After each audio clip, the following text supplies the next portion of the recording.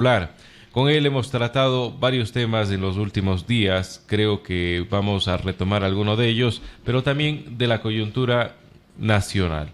Se viene una época bastante complicada para el gobierno y es importante también conocer lo que sería la postura política de estas organizaciones, no solamente políticas, sino sociales. Muy buenos días, Sebastián. Juan Fernando, buenos días, muchísimas gracias por la invitación a W. Un saludo a todos los amigos que nos escuchan a estas horas de la mañana. Un abrazo a todos ellos.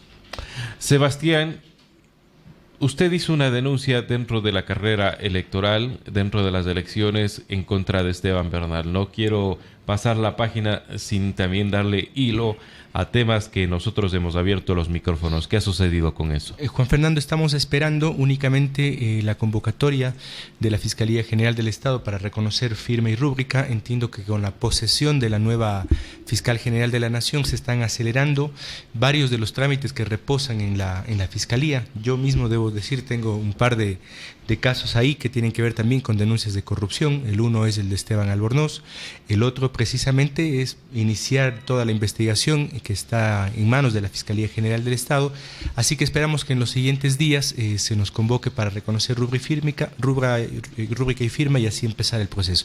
Más bien, aprovechar los micrófonos para exhortar a la Fiscalía General del Estado acelerar todos estos procesos, no solamente los nuestros, sino varios. La Unidad Popular a nivel nacional ha presentado varios procesos de investigación, se cuentan 5 entre los más importantes, que, digamos, reposan el sueño de los justos, como se dice. No nos han llamado ni siquiera a reconocer firma y rúbrica. Estamos dispuestos a reconocer y ratificar la investigación que nosotros pedimos se haga sobre el asambleísta Bernal. Muy bien, pasando de tema, el 1 de mayo se han convocado varias organizaciones para movilizarse. Dicen que hay que defender al país de una situación que se estaría atravesando por las reformas que se están planteando y que se agudizarían en los siguientes meses, entre otras razones por la carta de intención que se ha dado a conocer, aunque no de manera explícita, lamentablemente, porque incluso ha sido negado un habeas data para conocer estos documentos con el Fondo Monetario Internacional. ¿Cuál es la posición de Unidad Popular al respecto? Juan Fernando, precisamente yo tengo lo que se ha publicado, o una parte de lo que se ha publicado de la carta de intención del Fondo Monetario, y quisiera yo a propósito de esto hacer unas breves reflexiones, digamos, agradeciendo el tiempo que usted nos permite. Digo, lo que se ha publicado. A ver, yo creo que el país en este momento vive una crisis, una recesión económica que nos conduce técnicamente a una crisis económica. Y segundo, creo que más allá de los temas técnicos y de los que digan los economistas, yo soy admirador de los economistas y de la economía, pero creo que hay un tema que va más allá, que es para quién se determinan las medidas económicas y a quiénes afecta. Yo creo que en este momento el pueblo ecuatoriano, la clase media, las clases populares, están sintiendo ya que hay una crisis económica en el país, que hay una falta de liquidez, que no alcanza lo que uno recibe como salario, como sueldo, para lo mismo que antes alcanzaba, y eso tiene que ver con medidas económicas que se han adoptado. Insisto, aquí yo tengo varias de las reformas que se pretenden plantear por parte del Fondo Monetario Internacional. Tengo aquí el punto número 8 de la carta de intención del fondo, donde se habla expresamente de una reforma tributaria como objetivo para movilización de ingresos, aumentar la eficiencia y la simplicidad y la equidad de los tributos, aumentando de 1,5 a 2% del Producto Interno Bruto. ¿Qué significa esto, Juan Fernando? Porque en términos técnicos a lo mejor no se entiende. Sin embargo, esto supone, y hay un mandato del Fondo Monetario Internacional que de acuerdo a esta carta tiene que plantearse a finales de agosto de este año, tendrán que incrementar el impuesto al valor agregado, al IVA, entre 2 y 3 puntos. Estamos hablando de que el impuesto indirecto del cual pagamos todos y por igual, lo mismo que vaya Álvaro Noboa, que vaya Juan Fernando Valencia a la tienda de la esquina y compre una Coca-Cola, porque esa Coca-Cola no creo que lo haga Álvaro Noboa, ¿no? Pero esa Coca-Cola está grabada con el mismo impuesto al valor agregado, el mismo 12%. Ese impuesto, no el impuesto a la renta, pretenden incrementar en 3 puntos en estos días, en el mes de agosto del 2019. Recuerde usted que el Fondo Monetario va a venir en estos días, la próxima semana, a revisar cómo están estos acuerdos. ¿Qué supone esto? Que el presidente de la República tendrá que enviar una reforma tributaria a la Asamblea Nacional y en la Asamblea Nacional tendrá que aprobarse. Pregunta, y desde ya lo digo, hoy 18 de abril en W Radio, ¿qué van a hacer los socialcristianos frente a un incremento del IVA? ¿Qué va a hacer Creo? ¿Y qué van a hacer los asambleístas de la SUAY frente a una propuesta del Ejecutivo del incremento del IVA? Pues esto es una medida de las varias que se han considerado. Ya se habla también de la eliminación del ISD o impuesto a salida de capitales. Exactamente. Se habla de otros temas que favorecerían a la industria y a los diferentes contribuyentes, en este caso empresas, con el famoso anticipo del impuesto a la renta. Es decir, no cree y no ve por ahí que se viene o se iría compensando lo uno con lo otro. No, al contrario. Desde hace rato, y yo incluso podría demostrar que desde la época del presidente Correa, hay ya medidas económicas fondomonetaristas neoliberales, como se quiera usted denominar, que se vienen aplicando en el país. Para muestra un botón. Y yo le decía, en economía hay que saber a quién se beneficia. Se aprobó esta famosa ley de fomento productivo, la primera. Estamos a punto de discutir la segunda ley de fomento productivo, y en la primera lo que se hizo fue el hecho de descontar, el hecho de borrar de las cuentas del SRI las grandes deudas que tenían evasores de impuestos. Se hablaba de 2.000 millones de dólares, el gobierno ha anunciado que recuperó 1.200 millones de dólares. La pregunta es, ¿qué pasó con el resto? Por supuesto que hay profesionales que se atrasaron en el servicio de rentas internas, esto ha beneficiado, pero resulta que de estos 1.000 millones de dólares, el 70% son de contribuyentes pequeños y medianos, es decir, la gran empresa, los grandes empresarios se beneficiaron sí, pero un poco, ni siquiera pagaron las deudas, es decir, que el fisco aún tiene que cobrar las deudas a los grandes evasores de impuestos. ¿Quiénes son los grandes evasores de impuestos? Las 110 grupos empresariales o grupos económicos más importantes que tiene el país. ¿Han pagado? No, no han pagado un solo centavo de dólar al país, al Estado ecuatoriano. Por lo tanto, son ellos quienes se han beneficiado de esta ley de fomento productivo. Y punto número 2, Juan Fernando, resulta que en este país, en el año 2018, ya con Lenín Moreno, la banca tuvo ingresos por 550 millones de dólares. El año 2017 la banca cerró con 420, un incremento de 130 millones de dólares. La pregunta es, ¿cómo es que hay crisis y la banca sigue ganando más? ¿Cómo es que hay crisis y hay un incremento de cerca del 10% en las ganancias de la banca, mientras el incremento salarial en este país fue de, me parece que el 3% en el año 2000, para el año 2019? ¿Cómo es que hay un incremento así de la banca, 550 millones de dólares, y los maestros siguen congelados sus salarios? ¿Y cómo es que la banca tiene ganancias por 550 millones de dólares y se habla de una crisis en el país y de apretarnos los cinturones y de que hay que pagar más? Otro de los elementos que ha planteado el Fondo Monetario y en esta carta es la revisión de los subsidios, Juan Fernando. ¿Qué es la revisión de los subsidios? Yo no sé si a usted le pasó, pero luego del feriado de Cuenca le invito, y la gente que nos escucha, que vaya y compre un gas en su casa.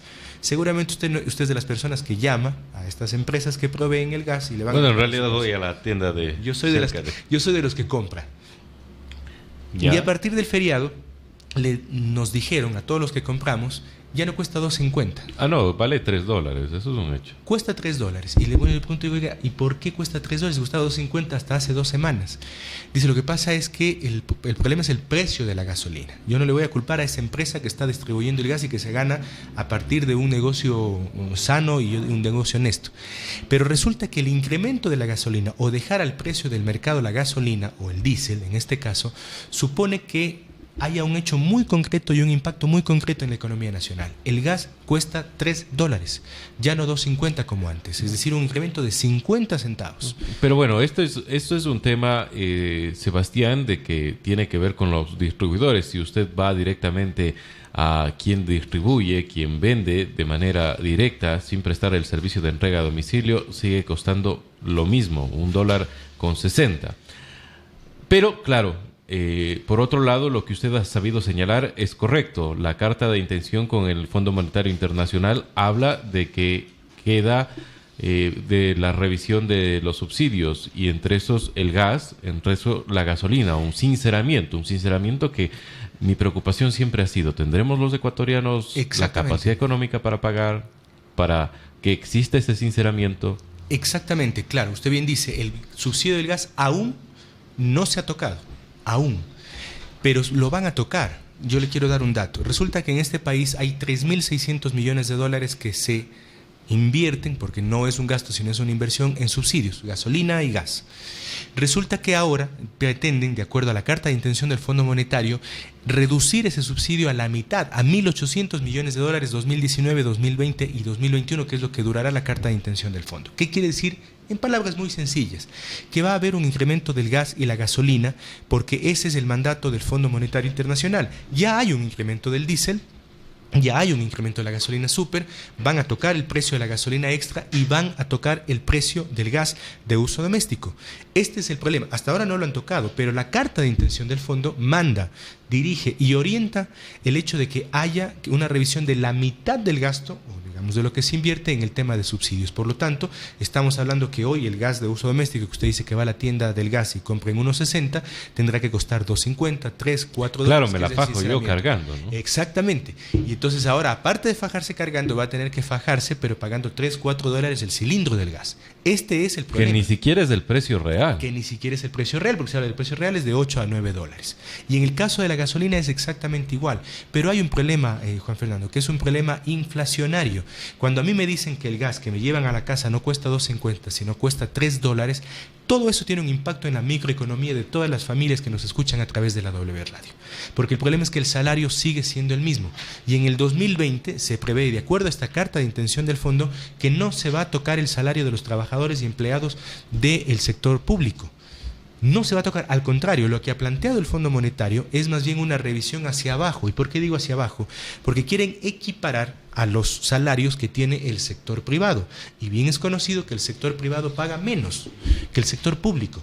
Eso supone incluso que va a haber, aparte de una devaluación, es decir, que el salario ya no va a alcanzar para lo mismo que alcanzaba antes, va a haber el hecho de que los incrementos salariales van a ser nulos. Yo veo con mucha preocupación, Juan Fernando, una noticia el día de ayer, que los empresarios salen a decir, a proponer que haya un congelamiento salarial en el año 2020. Esta es la propuesta de los empresarios, de los grandes empresarios. Y eso es imposible en una economía que está precisamente en recesión. Lo lógico sería efectivamente un incremento salarial que permita que haya un dinamismo en la economía, precisamente incluso para que se beneficien los comerciantes de este país. Estimado Sebastián, finalmente, dado que siempre el tiempo para nosotros es complicado, Unidad Popular saldrá a las calles el 1 de mayo como otras organizaciones, entre esas la FUT, que hemos conversado esta semana precisamente con dirigentes de esta organización para hacerle frente, para dejar saber el malestar y la oposición que estas y otras medidas se aplicarían en el país. Sí, por supuesto, y creo, Juan Fernando, que no debe ser una movilización única y exclusivamente de las organizaciones de trabajadores del FUT. Creo que este es un buen momento para señalar en las calles el rechazo a estas políticas económicas que no son otra cosa que más de lo mismo de lo que ya alguna vez quebró al país. Recuerde usted que en el año de 1999 nosotros tuvimos casi una quiebra total del país y fue precisamente por la aplicación de estas medidas económicas. Recuerde usted que en el 97 lo que planteó Bucaram fue el incremento del costo del gas y de la gasolina, y ese gobierno se fue a la casa. No estoy haciendo ni hablando de un pánico financiero, por favor, sino lo que estoy diciendo es que es un buen momento para decirle al país que no estamos de acuerdo con este tipo de medidas económicas. Juan Fernando, siempre nos falta tiempo. Simplemente yo quiero dejar un mensaje. También a estas medidas económicas se suma la privatización, como usted quiera decirlo, del Instituto Ecuatoriano de Seguridad Social. Y qué pena que lamentablemente una vez más tengamos que hablar de un cuencano, porque lo que ha dicho Paul Granda en un medio de comunicación amigo, no venga a tapar, no venga a adornar el día de hoy, no es otra cosa que la privatización o que la forma encubierta de realmente que la crisis del IES lo asuman los jubilados o en este caso los afiliados al IES. Pretender incrementar los años de la jubilación no es un invento del señor Granda. Ya lo hicieron en Grecia y lo hicieron en Argentina, y es una receta del Fondo Monetario Internacional. Pretender incrementar, como ayer se ha filtrado, el 5% el costo o lo que usted aporta como afiliado al Seguro Social no es un invento del señor Granda, es una propuesta que lo hace el Fondo Monetario y que se aplica ya en Argentina. Y es decir, ¿quién está pagando lo que hicieron el señor González, el Corcho Cordero, todos los que dirigieron el IES, el señor, ¿cómo se llama? Richard Espinosa? Es una vez más los afiliados, porque además quiero decirle algo, si en este país hay un responsable de la crisis del IES, ese se llama Rafael Correa y Lenin Moreno, porque no han cogido a una sola persona en las glosas que tiene el Seguro Social. Yo le invito al señor Paul Granda A ver, si quiere rectificar lo que ha dicho, ¿por qué no coge presos a quienes en este caso desfalcaron el IES? El señor Richard Espinosa no tiene absolutamente una sola querella presentada por el director del IES, el señor Paul Granda. Y no puede ser que pretendan recuperar, entre comillas digo, recuperar la crisis del IES apretándoles a los afiliados que nos escuchan a través de la W Radio. Eso es imposible. Es decir, que la crisis o las consecuencias de la crisis y de la corrupción la paguen los afiliados, por favor. Yo creo que hay que poner un alto y hay que tener sangre a la cara para decirle y regresar a Cuenca, y yo entiendo que el señor Granda algún día regresará a Cuenca, bueno, pues quede bien con sus ciudadanos, con sus conciudadanos, con los afiliados, en este caso al seguro, que requieren verdades, pero que requieren hechos concretos que no supongan simplemente el hecho, voy a incrementar la edad de jubilación o voy a incrementar el aporte de los afiliados. Eso es una vergüenza para el IES y para los afiliados. Muchísimas gracias, Sebastián. Hemos conversado con Sebastián Ceballos, quien es dirigente de Unidad Popular, sobre las medidas que se estarían aplicando a razón de la carta de intención firmada entre Ecuador y el Fondo Monetario Internacional. Continuamos luego de esta pausa. Inicia publicidad en la W. ¿Quién no quisiera tener el doble de éxitos, el doble de suerte, el doble de amigos, el doble de vacaciones, el doble de megas? Y es que cuando se trata de las cosas buenas de la vida, si es el doble, es mejor. Por eso Banco del Pacífico duplica tus utilidades. Inviértelas en tu Banco, recibe la mejor tasa promocional del mercado y participa en este gran sorteo. Además, puedes realizar tu inversión sin ir al banco, a través de la app Onboard BDP e Intermático. Banco del Pacífico, tu banco. Cuando busques lo mejor en carnes y con algo bueno quieres combinarlo, Delicato Biggie, sabemos de carnes. Para toda ocasión, el mejor sabor en todo momento. Delicato Biggie. Todo para tus parrilladas, la mejor carne, cortes especializados a tu gusto y los más ricos aderezos para tu mesa. Delicato Biggie, sabemos de carne. Con el respaldo de Alimentos de confianza. Biggie's. Soy Alexandra Cordero. Trabajo en el Departamento de Talento Humano de Camposanto Santa Ana. Nuestra gente es el principal activo con el que contamos para brindar el apoyo emocional que requieren las familias beneficiarias de nuestros servicios. En Camposanto Santa Ana procuramos darles todas las herramientas que nuestros colaboradores necesitan para manejar situaciones tan delicadas en el día a día. Transformando el dolor en amor. Camposanto Santa Ana. Vidas que dejan vida. ¿Estás ahorrando para un auto o para tener una moto? ¿O simplemente para ese caprichito que tanto quieres? Bueno, ahora puedes obtener todo esto al instante.